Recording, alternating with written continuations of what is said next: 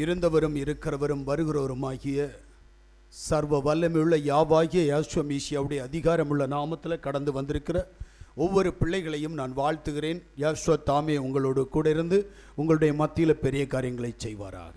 அல்லேலூயா, அல்லேலூயா.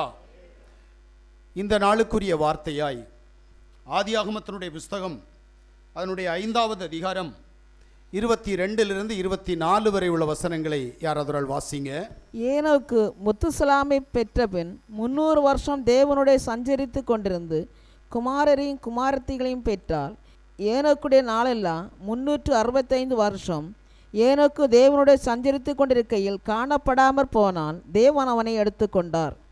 ஆமீன், அல்லேலூயா. வாசிக்கப்பட்ட வேத பகுதியில் ஏனோக் என்பவன் தேவனோடு சஞ்சரித்து கொண்டிருக்கிற போது அவன் எடுத்துக்கொள்ளப்பட்டான் என்று சொல்லி நாம் வேதத்திலே வாசிக்கிறோம். இந்த ஏனோக் ஏன் எடுத்துக்கொள்ளப்பட்டான்? பரிசுத்த வேதாகமத்திலே 3 பேர் எடுத்துக்கொள்ளப்பட்டிருக்கிறார்கள். ஆனால் இன்றைய பெந்தகோஸ்தே ஊழியக்காரர்கள் சொல்வது என்னவென்று சொன்னால், இனி எடுத்துக்கொள்ளப்படுதல் ஒன்று உண்டு. அந்த எடுத்துக்கொள்ளப்படுதல் மாம்சமும் இரத்தமும் தேவனுடைய ராஜ்யத்திற்கு கடந்து போகாது. ஆனபடியினால் நம்முடைய ஆவி மட்டுமே கடந்து போகும் என்று சொல்லி மக்களை ஏமாற்றிக் கொண்டிருக்கிறார்கள். ஆனால் வேத புஸ்தகம் திட்டமும் தெளிவுமாக சொல்லுகிறது, எடுத்துக்கொள்ளப்பட்ட 3 பேர் ஏனோக், எலியா, யாசுவா 3 பேருமே சரீரத்தோடு இரத்தத்தோடு தான் உடுத்திருந்த வஸ்திரத்தோடு எடுத்துக்கொள்ளப்பட்டார்கள். அதுபோல் உள்ள ஒரு நிலைமைதான் நமக்கும் கடந்து வருமே தவிர நாம் நிச்சயமாய் மரித்து எடுத்துக்கொள்ளப்படுவதில்லை. ஒரு கூட்டம் மரித்து எடுத்துக்கொள்ளப்படும். உயிரோடு இருக்கிறவர்கள் எடுத்துக்கொள்ளப்படுவதற்கு முன்பு மரித்தவர்கள் முதலாவது எழுந்திருப்பார்கள். பின்பு உயிரோடு இருக்கிற நாம் எடுத்துக்கொள்ளப்படுவோம். இது உண்மை. ஆனால் யாரிடத்திலாவது கேள்வி கேட்டால், பூமியின் புவியீர்ப்பு சக்தியை தாண்டி, காற்று மண்டலம் இல்லாத அந்த வெற்றிடத்தை தாண்டி, முதல் வானம், 2வது வானம், 3வது வானத்தை தாண்டி மத்திய ஆகாயத்திற்கு எப்படி சுமார் 1.5 கிலோ அல்லது 1 கிலோ எடையிலிருந்து சுமார் 200-250 கிலோ எடை வரை இருக்கும் மனிதன் எப்படி எடுத்துக்கொள்ளப்படுவான் என்கின்ற கேள்வி கேட்டால் பதில் இல்லாததினால் அவர்கள் சொல்லக்கூடிய ஒரே காரியம், மனுஷன் மாம்சமும் இரத்தமும் தேவனுடைய ராஜ்யத்திற்குள் பிரவேசிக்காது. எந்த மாம்சமும் இரத்தமும் தேவனுடைய ராஜ்யத்தில் பிரவேசிக்காது என்று சொன்னால், யாசுவாவுடைய நாமத்தில் அவருடைய இரத்தத்தினால் கழுவப்பட்ட சரீரமும் இரத்தமும் தேவனுடைய ராஜ்யத்திற்குள் பிரவேசிக்கும். யாசுவா மேசியாவுடைய நாமத்தில் அவருடைய இரத்தத்தில் கழுவப்படாத சரீரமும் இரத்தமும் தேவனுடைய ராஜ்யத்திற்குள் பிரவேசிக்காது. ஏனென்றால் சரீரம் மறுரூபமாக்கப்பட வேண்டும். நான் இந்த வேதத்தை வாசிக்கிறேன். ஆனால் இன்று வரைக்கும் பல ஊழியக்காரர்களை கவனித்துக் கொண்டிருக்கிறேன். யாருமே இந்த ரகசியத்தை சொன்னதில்லை. பரிசுத்த வேதாகமும் ஒரு ரகசியத்தை சொல்லுகிறது. எடுத்துக்கொள்ளப்படுவதற்கு முன்பாக ஒரு ஆத்துமா, ஒரு மனிதன் 3 முறை மறுரூபமாக்கப்பட வேண்டும். இந்த 3 மறுரூபத்தில் ஒரு மறுரூபம் அவன் பாவ மன்னிப்புக்கென்று யாசுவா மேசியாவுடைய இரத்தத்தினால் கழுவப்படுகிற ஞானஸ்நானத்தில் ஒரு மறுரூபம் உண்டாகிறது. இந்த மறுரூபத்தின் மூலமாகத்தான் அவனுடைய சரீரம், அவனுடைய ஆவி, அவனுடைய ஆத்துமா மறுரூபமாகிறது. அவன் பாளையத்திற்கு வெளியே கடந்து போக வேண்டும். அப்போது அவன் எடுத்துக்கொள்ளப்படுவான். இதுதான் வேதம். ஆனால் இதை அநேகர் வேறு விதமாக ஜனங்களுக்கு கற்றுக் கொடுக்கிறார்கள். ஆனால் நான் அதனுடைய ஊடாய் கடந்து போகவில்லை. ஏன் ஏனோக் எடுத்துக்கொள்ளப்பட்டான்? யூதாவினுடைய புஸ்தகம் அதனுடைய 14வது வசனத்தை நாம் வாசிக்கிற போது, ஆதாமுக்கு 7ஆம் தலைமுறையான ஏனோக்கும் இவர்களை குறித்து இதை எல்லாருக்கும் நியாய தீர்ப்பு கொடுக்கிறதற்கும் அவர்களில் அவபக்தி உள்ளவர்கள் யாவரும் அவபக்தியாய் செய்து வந்த சகல அவபக்தியான கிரியைகள் நிமித்தமும் வாசிக்கப்பட்ட வேத பகுதியில் ஆதாமுக்கு 7ஆம் தலைமுறையான ஏனோக் எடுத்துக்கொள்ளப்பட்டான் என்று சொல்லப்படுகிறது. இந்த வார்த்தையினுடைய ஊடாய் நான் ஒரு ரகசியத்தை அறிந்து கொண்டேன். என்ன அப்படின்னா, ஏன் ஆதாம் எடுத்துக்கொள்ளப்படவில்லை? ஆதாமுடைய சந்ததியில் 6 பேர் எடுத்துக்கொள்ளப்படவில்லை. ஆனால் ஆதாமோடு சேர்த்து 6 பேரும் உயிரோடு இருக்க 7வது மனிதன் எடுத்துக்கொள்ளப்படுகிறான். உங்களுக்கு புரியலன்னு நினைக்கிறேன். ஆதாமும் உயிரோடு இருக்கிறான், சேத்து உயிரோடு இருக்கிறான், ஏனோஸ் உயிரோடு இருக்கிறான், கேனான் உயிரோடு இருக்கிறான், மகலேயான் உயிரோடு இருக்கிறான், யாரேத் உயிரோடு இருக்கிறான். இவர்கள் உயிரோடு இருக்கிற போது ஏனோக் எடுத்துக்கொள்ளப்படுகிறான். அல்லேலூயா. தமிழ்ல என்ன அப்படின்னா, ஏனோக்குடைய தந்தை, ஏனோக்குடைய பாட்டன், ஏனோக்குடைய பூட்டன், ஏனோக்குடைய ஓட்டன், ஏனோக்குடைய சேயோன், ஏனோக்குடைய பரன் என்று சொல்லக்கூடிய ஆதாம் உயிரோடு இருக்கிறார்கள். பரன் என்பது ஆதாமை குறிக்கிறது. 7வது சந்ததி தலைமுறை. இந்த 7 தலைமுறைகளும் உயிரோடு, 6 தலைமுறைகளும் உயிரோடு இருக்க 7வது பிறந்த ஏனோக் 365வது வருடம் அவன் எடுத்துக்கொள்ளப்படுகிறான். அல்லேலூயா. ஆதாமுடைய 130வது வருடம் சேத்தை பெற்றான். சேத்துடைய 105வது வருஷம் ஏனோஸ் பிறந்தான். ஏனோசுடைய 90வது வயதில் கேனான் பிறந்தான்.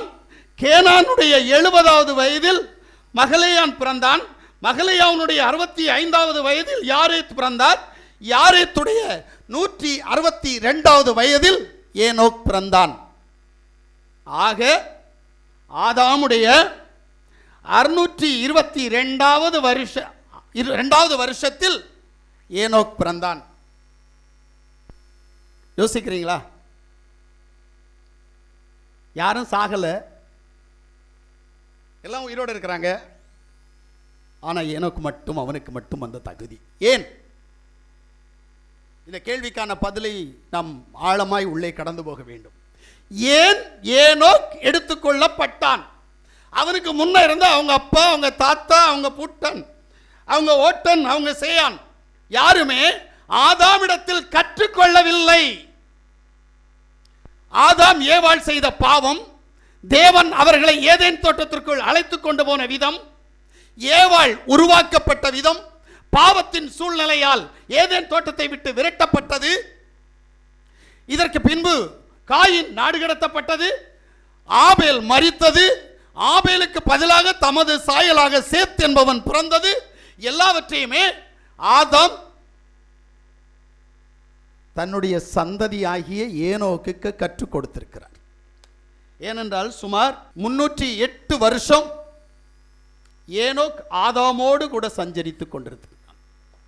அவனுடைய வார்த்தையை கேட்டிருக்கிறான்.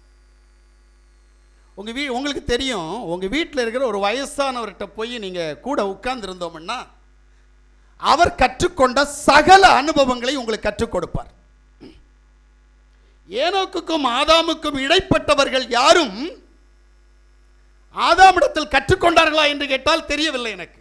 ஏனென்றால் ஏனோக் என்பதற்கு கற்றுக்கொள்பவன் என்று அர்த்தம். அந்த பேருடைய அர்த்தமே கற்றுக்கொள்பவன். இப்ப ஏனோக் கற்றுக்கொள்ள வேண்டிய நபர் யார் என்று கேட்டால் அது ஆதாம். ஏனென்றால் ஆதாம் தேவனோடு சஞ்சரித்தான். ஆதாம் தேவனிடத்தில் பேசினான். இப்ப இடப்பட்ட 5 பேரும் தேவ சமூகத்தில் தேவனோடு பேசின மாதிரி எனக்கு வேதத்தில் சொல்லப்படவில்லை. ஆனால் 7வதுவன் ஏனோக் ஆதாம் செய்தது போல தேவனோடு பேசுகிறவனாக காணப்படுகிறான். பேசுகிறது என்றால் ஜெபம். ஆனால் வேதம் சொல்லுகிறது ஏனோக் கற்றுக்கொள்ளுகிறவன். எதை கற்றுக்கொண்டான்? இங்கதான் இருக்கு. நம்மளாம் கற்றுக்கொள்றோமா? இல்லை. கற்றுக் கொடுத்தா கோபம் வரும், கற்றுக் கொடுத்தா அவ்வளவு டென்ஷன் வரும். எனக்கு தெரியாது, எனக்கு தெரியாதா? இன்னும் இவர் கற்றுக் கொடுக்குறது? என் கையில் பைபிள் இல்லை, எனக்கு உலகம் தெரியாது? கண்டிப்பாக தெரியாது, தெரியவே தெரியாது. வாழ்க்கை என்றால் என்ன? நான் எங்கிருந்து வந்தேன், எதற்காக வந்தேன், மறுபடி நான் எங்கே போக வேண்டும் என்கின்ற கேள்விக்கான விடை ஒவ்வொருவருக்கும் தெரிய வேண்டும். நாம நினைச்சுக்கிட்டு இருக்கிற ஒரு எண்ணம், இந்த உலகத்தில் பிறந்த அத்தனை பேரும் நினைக்கின்ற ஒரு எண்ணம், நான் என் தாயின் வயிற்றிலிருந்து வந்தேன். இல்லவே இல்லை. நீங்கள் அப்படி நினைத்து கொண்டால் அது தவறான ஒரு எண்ணம். யாரும் தாயின் வயிற்றிலிருந்து வரவில்லை. அண்ட சராசரங்களையும் சிருஷ்டித்த தேவனிடத்திலிருந்து வந்திருக்கிறோம். அப்படியானால் இங்கே என் தாயின் வயிற்றில் பிறந்தது என்ன? அது ஒரு பிண்டம், அது ஒரு சதை. அந்த சதைக்குள்ளே, அந்த பிண்டத்திற்குள்ளே நான் நுழைந்தேன். ஆமென். என் தாய் இந்த பூமியிலே பெற்றெடுத்த பிண்டத்திற்குள்ளாக நான் நுழைந்தேன். இதுதான் உண்மை. ஏனென்றால் நான் இந்த பூமி உண்டாவதற்கு முன்பாகவே நான் இருக்கிறேன்.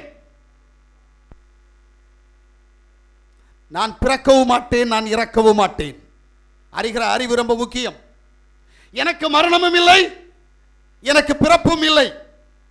யாருக்கு பிறப்பு, யாருக்கு இறப்பு என்று கேட்டால் அது என்னை தாங்கி இருக்கிற இந்த சரீரத்திற்கு மட்டுமே. ஆனால் இறுதியில் எனக்கு ஒரு இறப்பு உண்டு. பாவத்தின் சம்பளமாகிய மரணத்திற்கான தகுதி என் ஆத்துமா பெற்றிருந்தால், என் உள்ளான மனுஷன் பெற்றிருந்தால், அவனுக்கு ஒரு நாள் இறப்பு ஒன்று உண்டு. அது இப்போது இல்லை, 1000 வருடங்களுக்கு பின்பு. நன்றாக புரிந்து கொள்ளுங்கள். நான் மரிக்க மாட்டேன். ஏனென்றால் நான் பிறக்கவில்லை, நான் பிரவேசித்தேன்.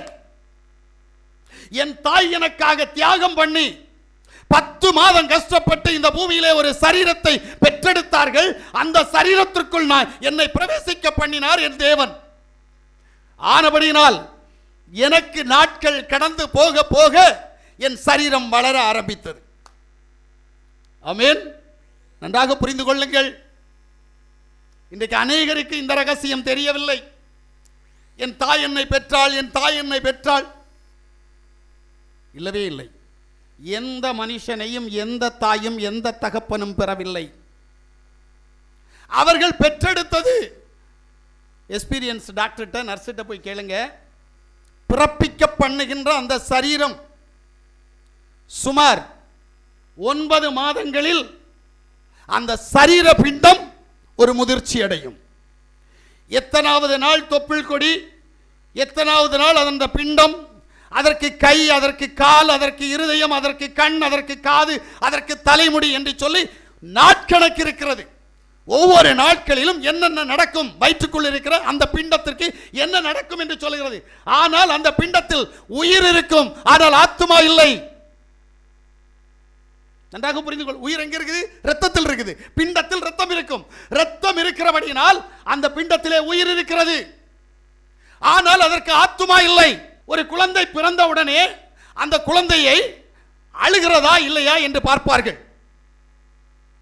அந்த குழந்தை அழவில்லை என்று சொன்னால் அந்த குழந்தையை தன்னுடைய கைகளிலே, விரலிலே காலை மாட்டி அந்த குழந்தையினுடைய உள்ளங்காலில் விரல் கொண்டு அடிப்பார்கள்.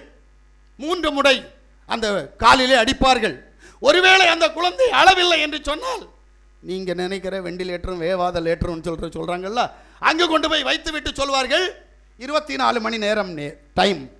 அதற்குள்ளாக இந்த பிள்ளைக்கு அழுகிற அந்த குணம், அதாவது உள்ள ஜீவன் வந்துவிட்டால் இது உயிரோடு இருக்கும். இல்லை என்றால் எங்களுக்கு தெரியாது, படைத்தவனை கேளுங்கள் என்று சொல்வார்கள்.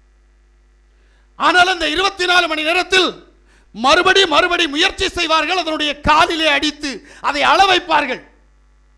இதுதான் பிண்டத்திற்குள் ஆத்துமா வந்ததா, ஜீவன் வந்ததா என்கின்ற அறிகுறிக்காக அதை செய்வார்கள். அப்ப நான் என் தேவனால் அனுப்பப்பட்டவன்.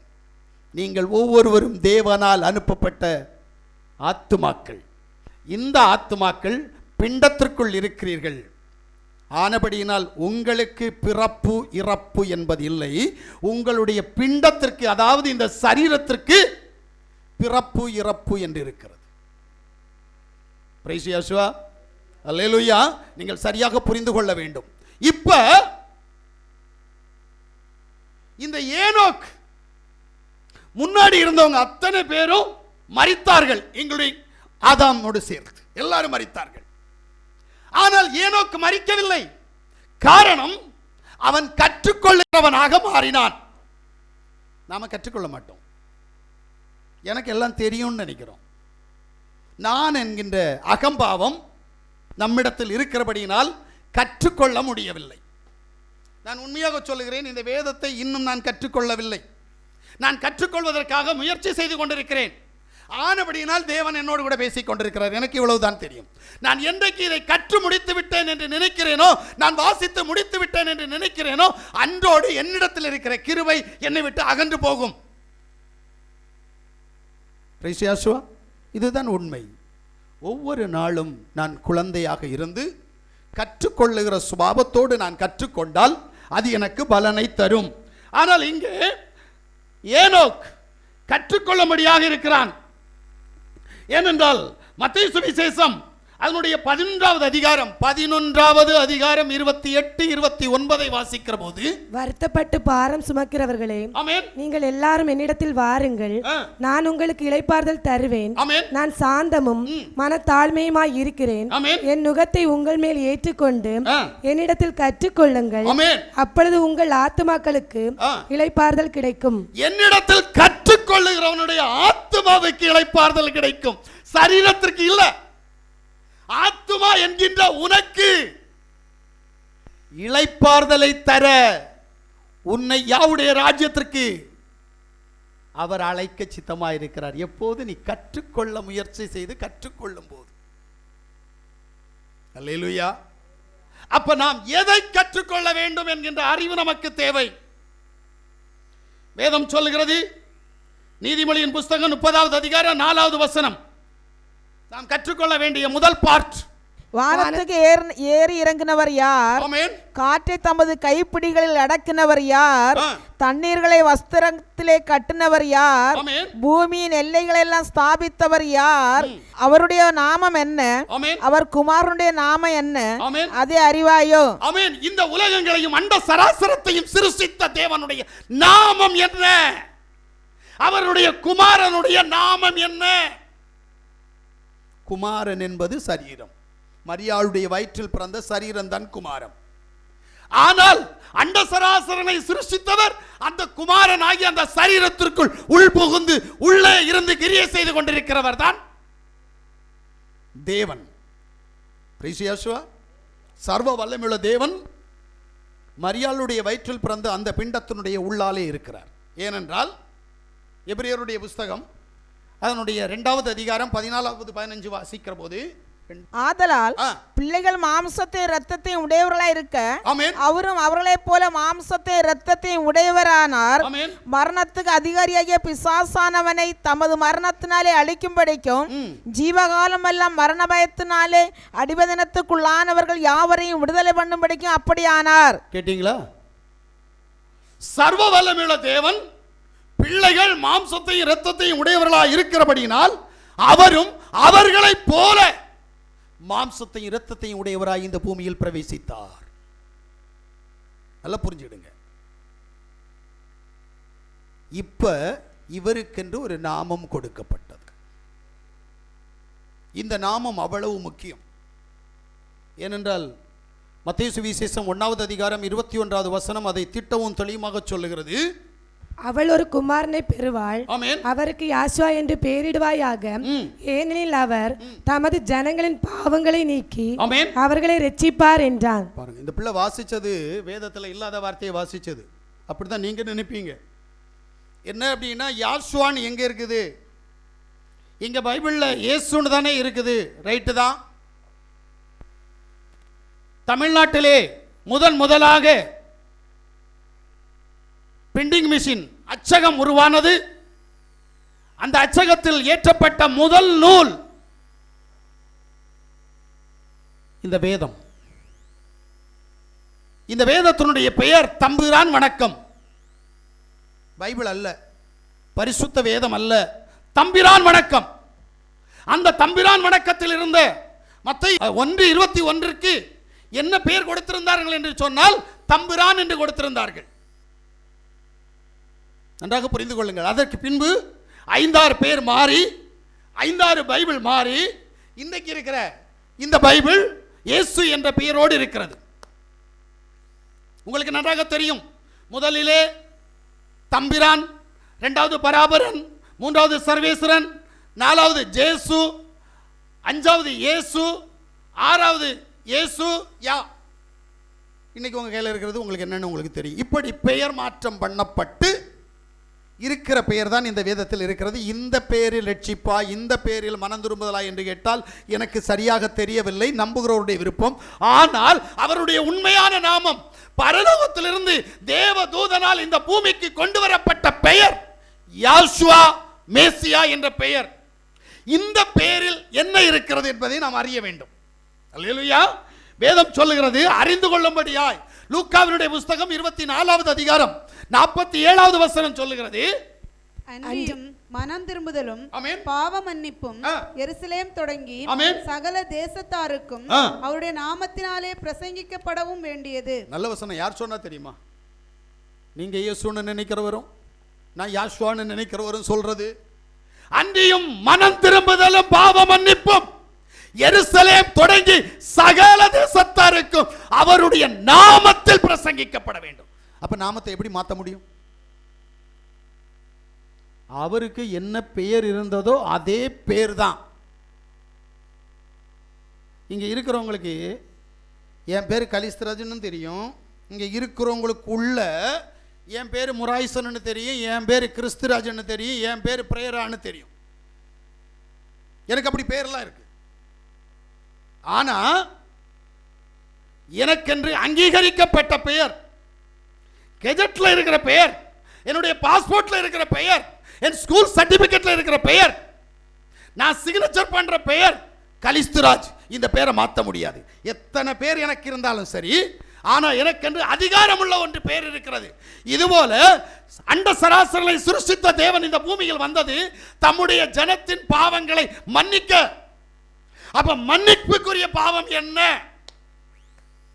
எனக்கு தெரிஞ்சு யோசேப்பு என்கின்ற ஒரு சகோதரன் இருந்தான். அவனை அவனுடைய சகோதரர்கள் அவன் கண்ட தரிசனத்தின் மூலம், சொப்பனத்தின் மூலம் அவன் உயர்ந்தவன், அவனை சகோதரர்கள் எல்லாரும் நமஸ்கரிக்க வேண்டிய காலகட்டம் வரும் என்கின்ற ஒரு வெளிப்பாட்டை அவன் சொன்னபடியினால் அவனை அடித்து உதைத்து சித்திரவதைப்படுத்தி பொட்டக்குழியில் தூக்கி போட்டு அவனை விற்றுவிட்டார்கள். அவன் விற்கப்பட்டவன் புறஜாதிகள் மத்தியில் கடந்து போனான். ஒரு யூதன் விற்கப்பட்டபடியினால் புறஜாதி இடத்தில் கடந்து போனான். அந்த புறஜாதி இடத்திலே அவன் பொட்டக்குழியிலிருந்து சிறைச்சாலை, சிறைச்சாலையிலிருந்து சிங்காசனம் வரைக்கும் உயர்ந்தவன். நன்றாக புரிந்து கொள்ளுங்கள். இப்ப இவன் இஸ்ரவேலனாய் யூதனாய் இருந்தபோது இவனுடைய பெயர் யோசேப். ஆனால் இவன் விற்கப்பட்ட பின்பு இவனுடைய பெயர் புறஜாதி பெயர்.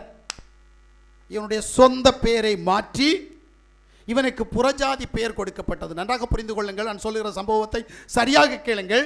யோசேப்புக்கு தன்னுடைய பெயர் யோசேப் என்று தெரியும்.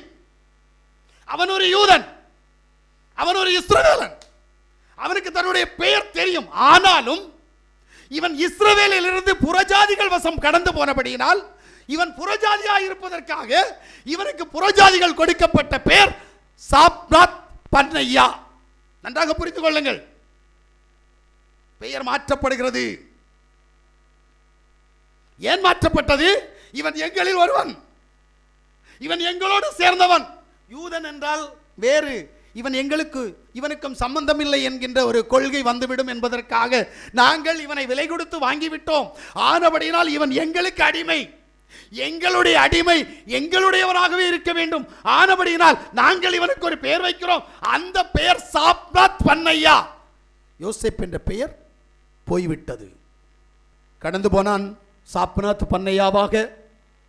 ஒரு யூதன் பல உபத்திரவங்கள் மத்தியில் சிறைச்சாலைக்கு கடந்து போனான் சாப்ராத் பன்னையா.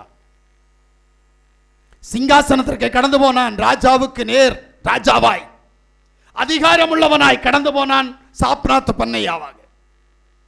இப்போது அவன் சிறு பிராயத்தில் கண்ட அந்த தரிசனம் நிறைவேறும்படியாய் தேசம் எங்கும் பஞ்சம்.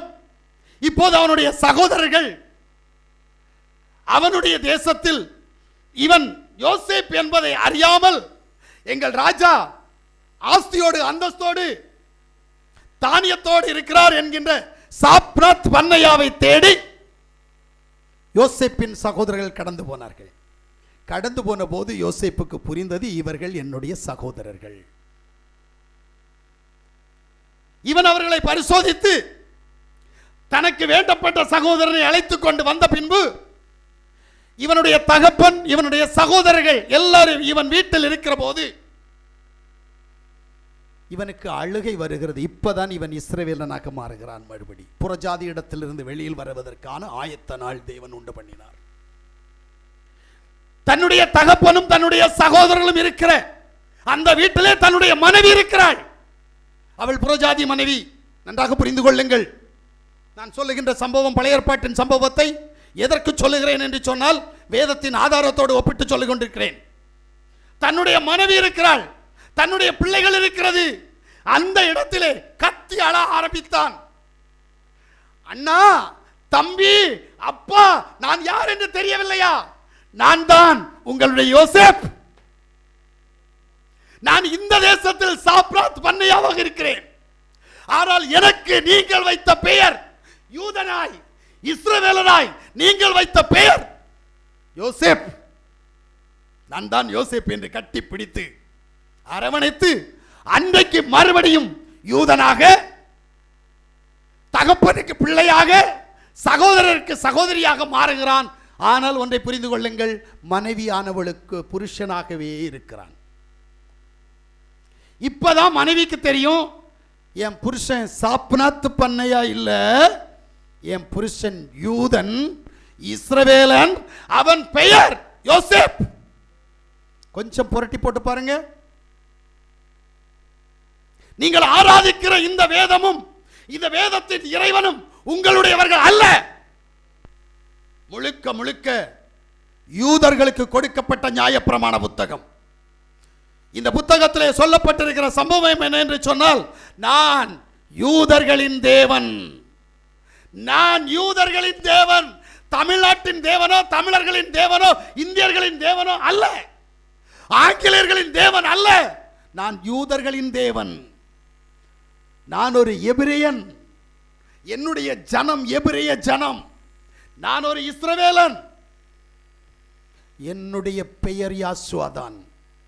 ஆனால் என்னை புறஜாதி வம்சம் கொண்டு வந்த போது, இந்த வேதத்தை இஸ்ரவேலர்களிடமிருந்து கடன் வாங்கி கொண்டு வந்த போது, என்னுடைய பெயர் இங்கே பராபரன், என்னுடைய பெயர் இங்கே சர்வேசுரன், என்னுடைய பெயர் இங்கே தம்பிரான், என்னுடைய பெயர் இங்கே சேசு, என்னுடைய பெயர் இங்கே ஜேசு, என்னுடைய பெயர் இங்கே இயேசு. நன்றாக புரிந்து கொள்ளுங்கள். மாற்றி மாற்றி நீங்கள் உச்சரித்தீர்கள். ஆனால் எனக்கென்று மணவாட்டி வரும்போது, என்னுடைய மணவாட்டி என்னை அறியும் போது, அவர்கள் என்னை யாசுவா என்று அறிவார்கள். அவர்களுக்கு தம்புரான் என்றோ, சர்வேஸ்வரன் என்றோ, பராபரன் என்றோ, சேசு என்றோ, இயேசு என்றோ, இயேசு என்றோ அறியப்படவில்லை. அவர்கள் அறிந்தார்கள். ஆனால் அறிந்தபடியினால் தான் ஒரு கூட்டம் வந்தது. எந்த பெயரில்? இயேசு என்ற பெயரில். ஆனால் அவர்கள் மணவாட்டி ஆகிற போது, மணவாட்டி ஸ்தானத்தை எட்டி பிடிக்கிற போது, அது இயேசுவுக்கு அல்ல மணவாட்டி, அது யாசுவாவுக்கே மணவாட்டி, யாசுவா மேசியாவுக்கே மணவாட்டி என்கின்ற ஸ்தானத்தை அறிய வேண்டும். இப்ப இந்த நாமந்தான் மணவாட்டிக்கு ஆணிவேர். அல்லேலூயா. இப்ப யாசுவா மேசியாவுடைய நாமத்தில் மனம் திரும்ப அறிய வேண்டும். யாசுவா மேசியாவுடைய நாமத்தில் பாவ மன்னிப்பை அறிய வேண்டும். யாசுவா மேசியாவுடைய நாமத்தில் ரட்சிப்பை அறிய வேண்டும். யாசுவா மேசியாவுடைய நாமத்தில் எடுத்துக்கொள்ளப்படுதலை அறிய வேண்டும். வசனங்கள் சொல்வதற்கு நேரமில்லை. நன்றாக புரிந்து கொள்ளுங்கள். இதுதான் முதல் அறிவு, அவருடைய நாமத்தை அறிகிற அறிவு. இந்த அறிவுக்குள் நாம் கடந்து போகவில்லை என்று சொன்னால் மனம் திரும்புதல் இல்லை, பாவ மன்னிப்பு இல்லை, ரட்சிப்பு இல்லை, எடுத்துக்கொள்ளப்படுதல், மணவாட்டிக்கு எடுத்துக்கொள்ளப்படுதல் இல்லை.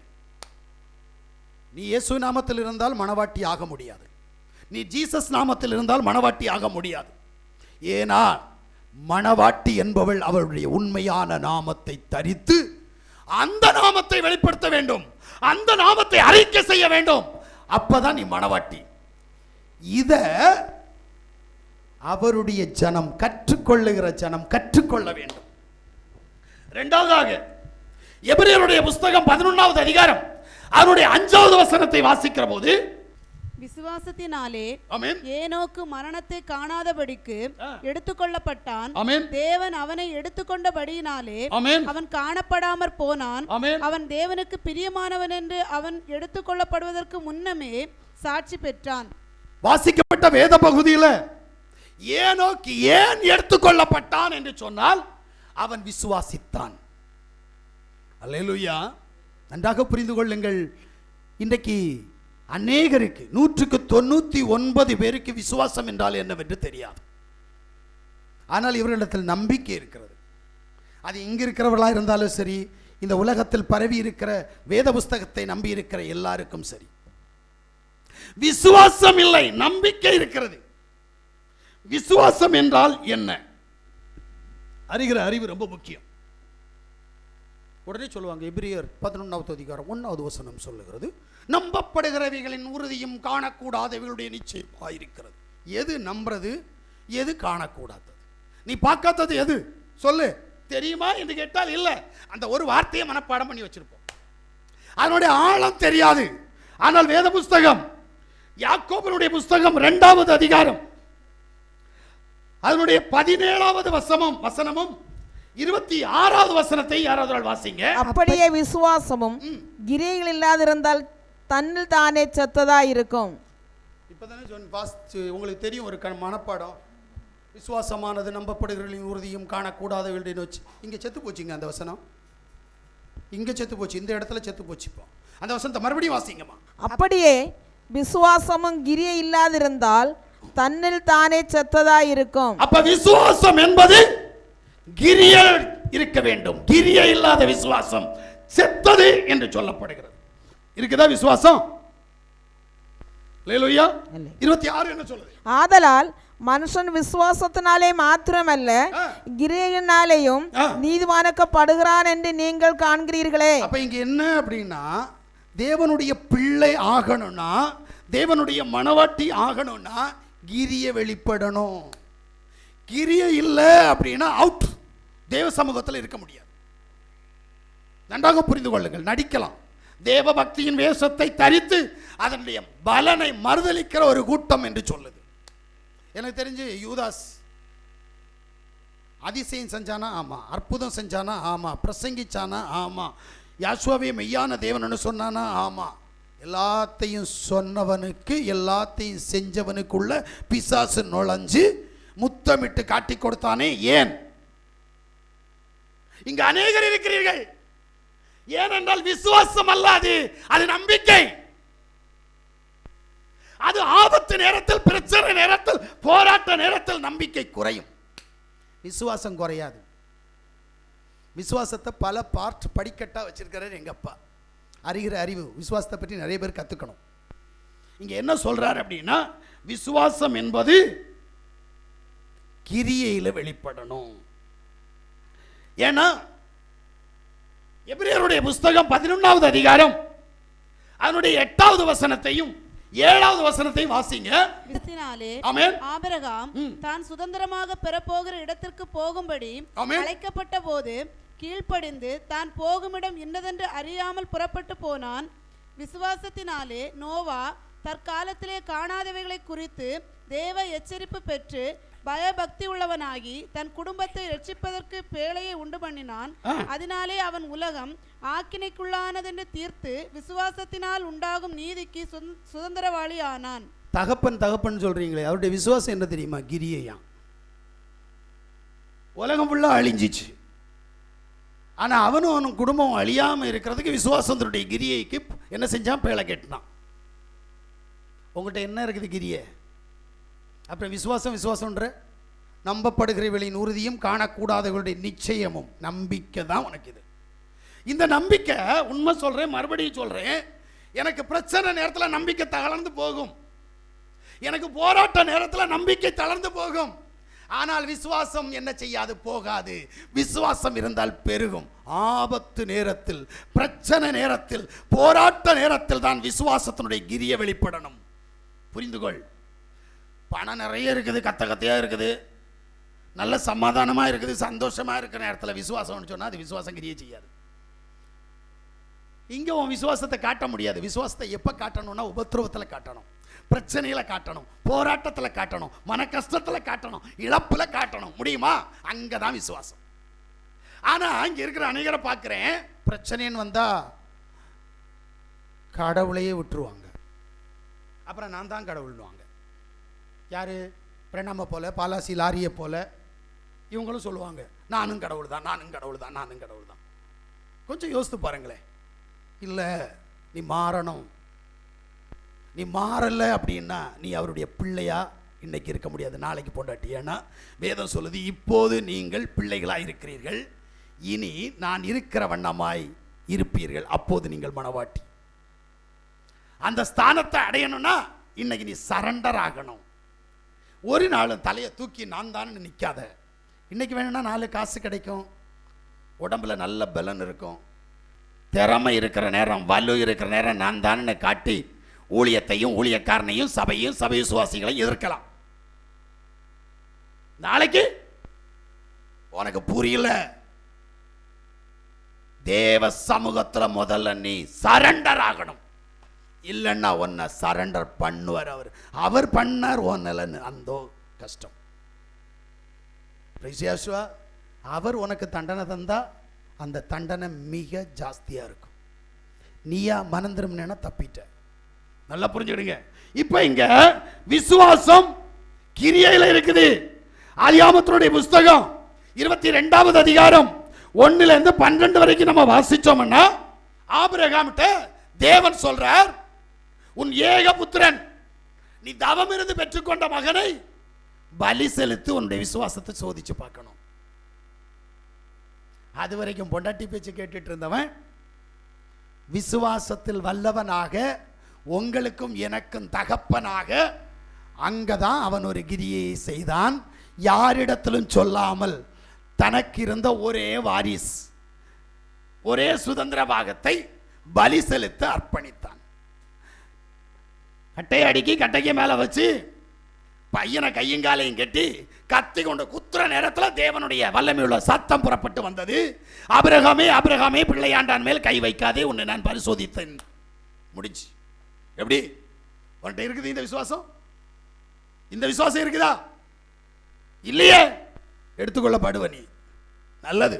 அதான் சொன்னேன், ஆபத்து நேரத்தில், பிரச்சனை நேரத்தில், போராட்ட நேரத்தில், கஷ்ட நேரத்தில், சமாதானம் இல்லாத நேரத்தில் உன்னுடைய விசுவாசத்தினுடைய கிரியை வெளிப்படணும். 9 நிக்கிற என்ன காரணம்? நன்றாக புரிந்து கொள்ளுங்கள். பிசாசு போராடுவதற்கு காரணம் உன்னிடத்தில் விசுவாசம் இல்லை. உன் நம்பிக்கையை கொண்டு உடப்பில் தூக்கி போடு. தேவனுக்கு நம்பிக்கை எல்லாம் வேண்டாம், தேவனுக்கு விசுவாசம் தான் வேணும். ஏன் உனக்கு இதுவரைக்கும் பிசாசு உன்னுடைய வார்த்தைக்கு கீழ்ப்படியல? ஏன் உன் வீட்டில் உன்னிட்ட உன் பிள்ளைகள்கிட்ட பிசாசு போராடுவதற்கு காரணம் நீ விசுவாசி இல்லை. விசுவாசிக்கு கொடுக்கப்பட்ட முதல் அதிகாரம் என்ன தெரியுமா? பிசாசுகளை துரத்துவீர்கள். இதான் இப்போ யூதாசை போல பிசாசை கேட்டு வாங்குற. ஏதோ ஒன்றில் ஆமாம், பணத்துக்கு மேலே ஆசை வச்சா நீ ஏதோ ஒன்றில் ஆசை வச்சு தானே பிசாசுக்கு விழுந்து கிடந்து பிசாசு உன்னையும் உன் பிள்ளைகளையும் வஞ்சித்துக் கொண்டிருக்கிறது. நல்லா புரிஞ்சுடுங்க. ஏன்னா நாம் யார் என்கின்ற அறிவு நமக்கு தேவை. எனக்கும் என் தேவனுக்கு என்ன உறவு, நான் தேவனோடு எப்படி இருக்கிறேன், இது அறியவில்லை என்று சொன்னால் நீ தேவ சமூகத்தில் தேவனுக்கு பிரியமாய் வாழ முடியாது, தேவ சித்தம் செய்ய முடியாது.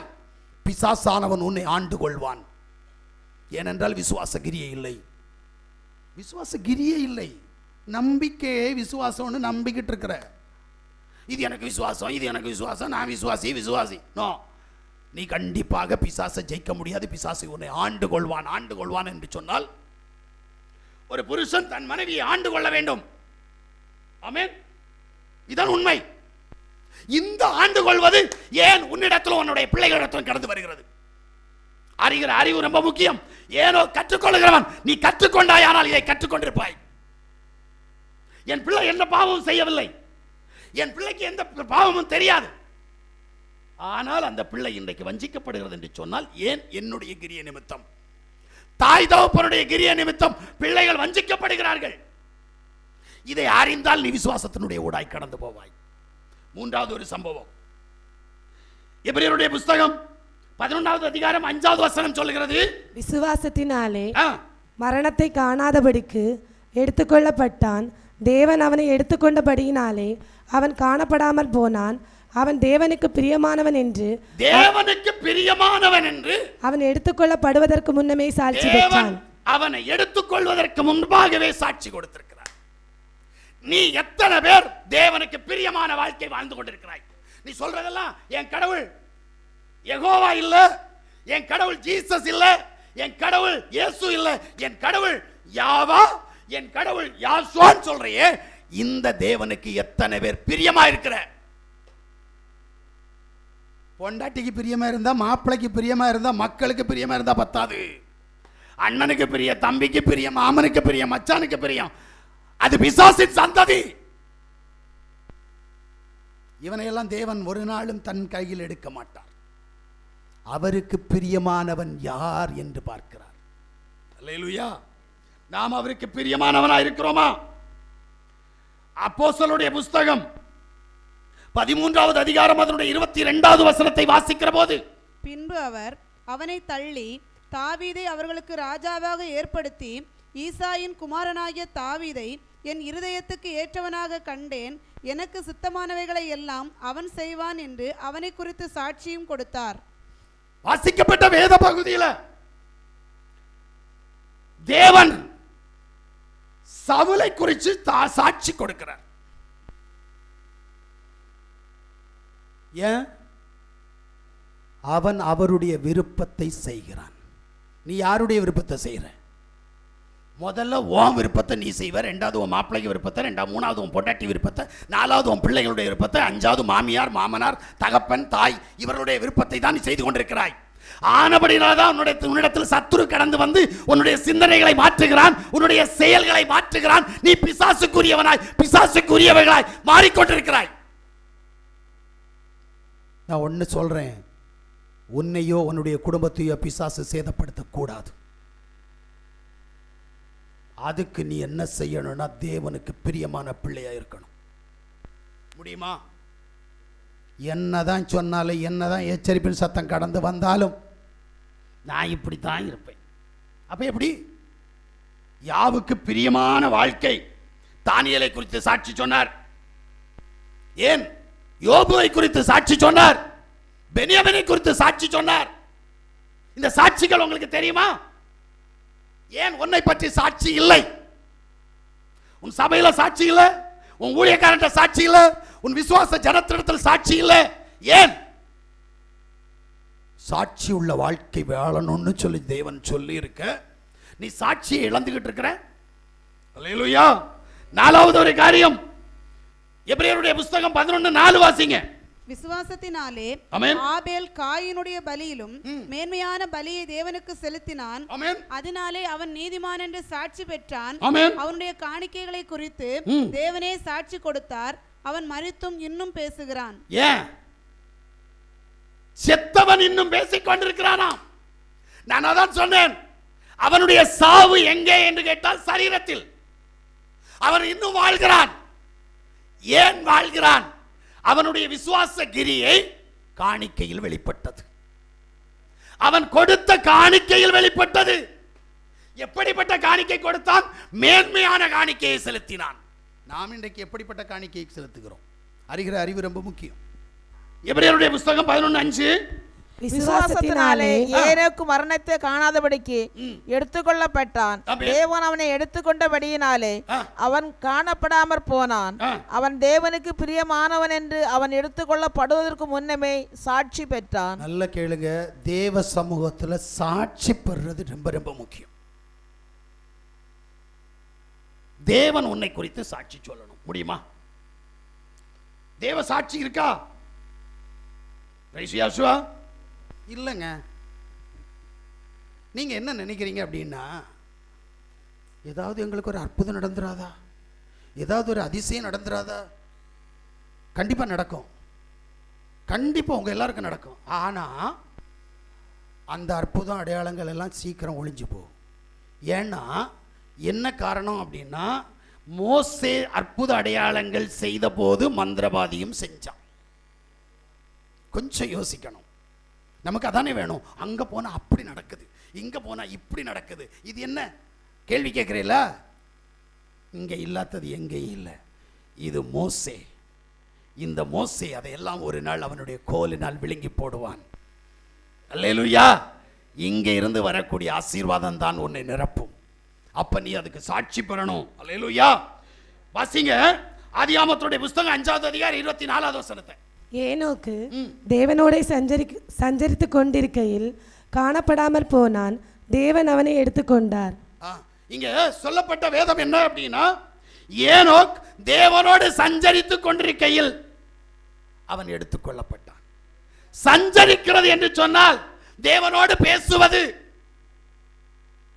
பேசுவது என்றால் ஜெபிப்பது. அல்லேலூயா. ஏன்னா ஆதியாகமத்துடைய புத்தகம் 18வது அதிகாரம் 32வது வசனத்தில் ஆபிரகாம் கெஞ்சி ஜெபம் பண்றான். 10 நீதிமான் இருந்தால் விட்டு விடுவீரா? இந்த கெஞ்சுதலான ஜெபம் நமக்கு தேவை. அல்லேலூயா. இரண்டாவது ஆதியாகமத்துடைய புத்தகம் 32வது அதிகாரம் 26வது வசனம் சொல்லுகிறது, யாக்கோபு விடாப்பிடியாய் தேவ சமூகத்தில் ஜெபித்தான். என்னை ஆசீர்வதித்தால் ஒழிய நான் உம்மை விடமாட்டேன் என்று சொல்லி விடாப்பிடியாக ஜெபித்தான். ஜெபத்தை கொஞ்சம் பார்க்கணும். நீங்க உங்ககிட்ட இருக்கிற ஜெபம் என்ன? கழிஞ்ச நாள்ல நீங்க ஜெபத்தை பற்றி தான் பார்த்தீங்க, ஆனா இது வேற. நல்லா புரிஞ்சுக்கிடுங்க உங்க ஜெபம் எப்படி இருக்குது.